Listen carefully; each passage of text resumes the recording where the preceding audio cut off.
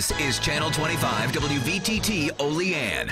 Now, from the Twin Tiers' biggest broadcast news operation, this is the 6 o'clock report with Jeff Andrulonis and Alexa Olson.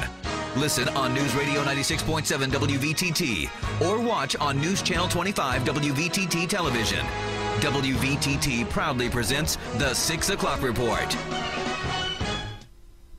Good evening, I'm Alexa Olson. Jeff Andrulonis is off tonight. Topping the 6 o'clock report, crews across 4 counties in our area are still cleaning up after a serious thunderstorm and rumors of tornadoes raged through the Twin Tiers.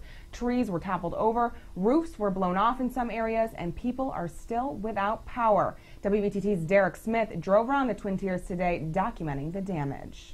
Andrew Laird, an 8-year-old boy out of Lewis Run, said he was playing PlayStation last night when everything but normal began to happen outside of his very own window.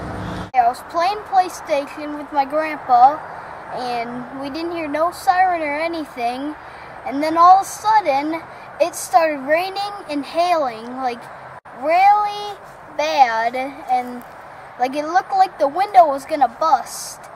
And my grandpa, he got up, he opened the doors, and he was looking, and it was raining and hailing. I couldn't even really see out the window. And then, well, he was opening the doors. I told him, you know, shut the doors and that. Something's gonna come through the door. I looked, my grandma's bird feeder was sitting there 1 second, next second, gone. We looked, grandpa's shed, gone. Some are calling it a tornado that viciously ripped through Lewis Run yesterday around 4 p.m., pulling trees out of the earth like ripping weeds out of a garden. Boards piercing through homes like knives, and farm animals' houses crushed to pieces. And now, a devastating path that was left behind, though hundreds of people are helping out their neighbors here. The miracle around all of this? Good news. 0 deaths, 0 injuries. Here in Lewis Run, News Channel 25, I'm Derek Smith, WVTT. The storms yesterday in the late afternoon proved to be deadly. A 66-year-old woman from Genesee in McKean County was reportedly killed when she was struck by a falling tree as she walked out of her camper. She has not yet been identified. A possible tornado may have hit the city of Elmira, New York, that damaged buildings and hospitals yesterday evening, according to the Chemung County Emergency Management Director. The storm struck at about 4 p.m., bringing down power lines, ripping down trees that fell into the roadways, causing motor vehicle accidents. One more death is confirmed after a 61-year-old man was caught in a Brooklyn church that was struck by lightning, causing the pulpit to crumble.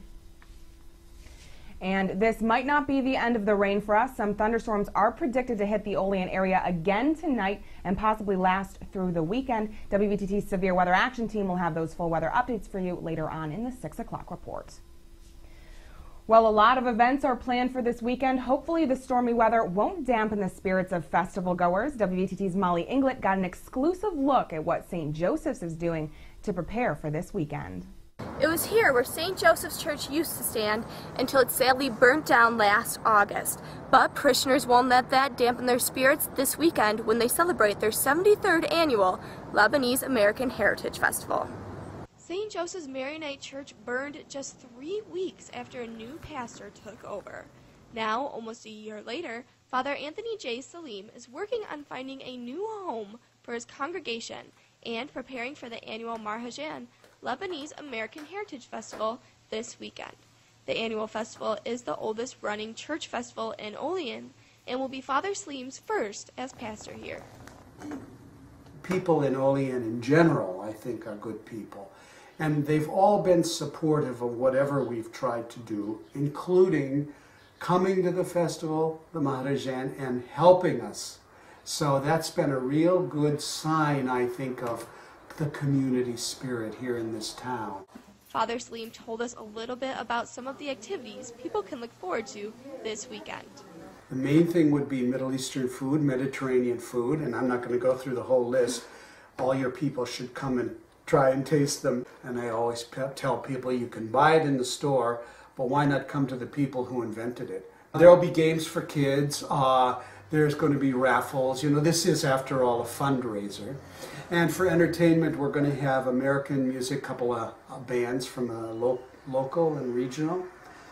And then we're going to have a belly dancer, which is part of the Middle Eastern culture. Not necessarily Christian culture, but it's becoming pretty widespread now. We are very, very, should I say it one more time, very grateful for all of the concern and the help and the community spirit. Some volunteers spent their day in the kitchen cooking some Middle Eastern food for the festival. As of now, St. Joseph's parishioners do not have a permanent facility for their masses. But Father Salim said that there are several possibilities and that hopefully some of the proceeds from the festival will go into rebuilding. So if you're looking for something different to do, you can stop by War Vets Park tomorrow between noon and eat to get a little taste of some Middle Eastern culture. In Olean, Molly Inglut, News Channel 25 WVTT. Other events taking place this weekend, the Taste of Olean is going to be going on. There's going to be a golf tournament in Wellsville sponsored by the SPCA, and the Knights of Columbus is having a golf tournament in Cuba. If you go to our website, twintiersnewsblog.com, you can see a full list of community events. At a transportation forum in Bradford yesterday, Pennsylvania Department of Transportation Secretary Barry Schock had many concerns on transportation issues from local legislators, especially about funding for the Essential Air Service program. Most taking part agreed that the federal government is constantly playing games with regional airports. Drug enforcement agents have made their first nationwide synthetic drug bust just 2 weeks after the president signed a tough new law banning them. The synthetic drugs have their own nicknames like K2 Spice, also popularly known as bath salts. They can do the same damage as cocaine and meth. Congress banned these dangerous drugs about 2 weeks ago, and now there are reports that the DEA arrested nearly 100 dealers in a recent raid. The DEA's Dawn Dearden says they seized more than 5 million synthetic drug packets in that very raid. And Allegheny County Sheriff's deputies acted on a search warrant they obtained after they became suspicious of a Friendship, New York resident who was allegedly selling hallucinogen mushrooms.